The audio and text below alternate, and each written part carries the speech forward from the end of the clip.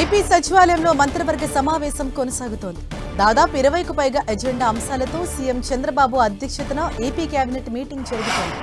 నీరుకొండలో SRM university 60 మీటర్ల ఎత్తు వరకు అకాడమిక్ భవనాల నిర్మాణానికి కేబినెట్ అనుమతి ఇవ్వనుంది. ఇక రాష్ట్రంలో 96 జూనియర్, సీనియర్ సివిల్ జడ్జిల కోర్టులు ఏర్పాటు, 1730 ఉద్యోగాల సృష్టికి ఆమోదం తెలుపనున్నారు. వడ్డెర సంఘాలకు ప్రాధాన్య క్రమంలో ఖనిజ లీజుల కేటాయింపులు, ప్రీమియం, సీనియరేజ్ ఫీజుల్లో 50% రాయితీకి మంత్రివర్గం గ్రీన్ సిగ్నల్ ఇవ్వనుంది.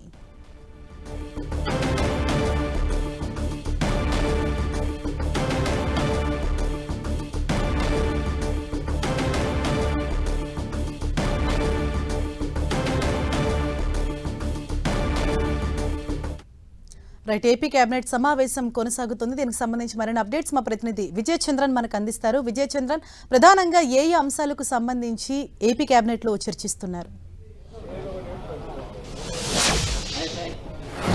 ఈరోజు ఏపీ కేబినెట్ సమావేశంలో ప్రధానంగా 20 అంశాల అజెండాతో ఏపీ కేబినెట్ కొనసాగుతుంది. వీటిలో మనం చూస్తే ఈ నీరుకొండలో ఎస్ఆర్ఎం యూనివర్సిటీ ఉంది. దానికి సంబంధించి 60 మీటర్ల ఎత్తు వరకు అకాడమిక్ భవనాల నిర్మాణం కోసమని చెప్పేసి కేబినెట్ ఆమోదం తెలుపుతుంది. అలాగే రాష్ట్రంలో 96 జూనియర్, సీనియర్ సివిల్ జడ్జి కోర్టుల ఏర్పాటు, వీటితో పాటు 1730 ఉద్యోగాల సృష్టికి కేబినెట్ ఆమోదం తెలుపనుంది. వడ్డెర కులస్తులకు ప్రాధాన్యత క్రమంలో ఖనిజ లీజుల కేటాయింపు ప్రీమియం ఏదైతే ఉందో అది సీనియరేజ్ ఫీజుల్లో 50% రాయితీ ఇచ్చేందుకు గ్రీన్ సిగ్నల్ ఇవ్వనున్నారు. ఈ వడ్డెర కులస్తులకు మొదటి నుంచి కూడాను వాళ్ళు రాళ్లు కొట్టడం లాంటి కులవృత్తి, మట్టి తవ్వకం లాంటి కులవృత్తి చేస్తుంటారు. కాబట్టి ఈ ఖనిజాల్లో ఏదైతే గనులు ఉన్నాయో వాటిల్లో కూడాను వారికి రాయితీలు ఇచ్చేందుకు కేబినెట్ ఆమోదం తెలుపనుంది. ఈ కుప్పం గర్ల్స్ హై స్కూల్లో పీఈటీ, నర్సు, రికార్డ్ అసిస్టెంట్ పోస్టులు ఆమోదంకు కేబినెట్లో ఆమోదం తెలుపుతున్నారు. వీటితో పాటు 2025-26 ఆర్థిక సంవత్సరానికి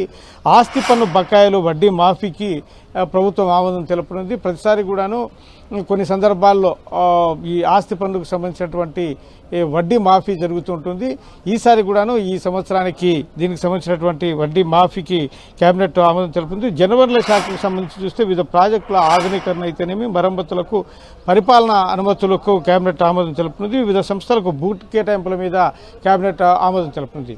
వీటితో పాటు ప్రధానంగా చూస్తే 28వ తేదీన ఏపీ అసెంబ్లీ సమావేశం నిర్వహిస్తున్నారు. రాష్ట్ర రాజధానిగా అమరావతిని దాన్ని నిర్ణయించేందుకోసమని చెప్పేసి కేంద్ర ప్రభుత్వం దానికి సంబంధించి నిర్ధారణ చేయాల్సి ఉంటుంది. ఈ బడ్జెట్ సమావేశాల్లోనే పార్లమెంట్లో దీనికి ఆమోదం తెలిపేందుకోసం చెప్పేసి ఒక తీర్మానాన్ని ఏపీ అసెంబ్లీ ఆమోదించాల్సి ఉంటుంది. కాబట్టి దీనికి సంబంధించినటువంటి వ్యవహారంలో కూడాను ప్రధానంగా ఈ అసెంబ్లీ సమావేశం ఏపీ 28వ తేదీన ఏర్పాటు చేసేందుకు, అలాగే ఈ క్యాబినెట్లో రాజధానిగా అమరావతిని ప్రకటించేందుకోసం చెప్పేసి ఏపీ అసెంబ్లీలో తీర్మానం చేసేందుకు ఈ కేబినెట్లో నిర్ణయం తీసుకొని ఉన్నారు. Right, thank you Vijay Chandran.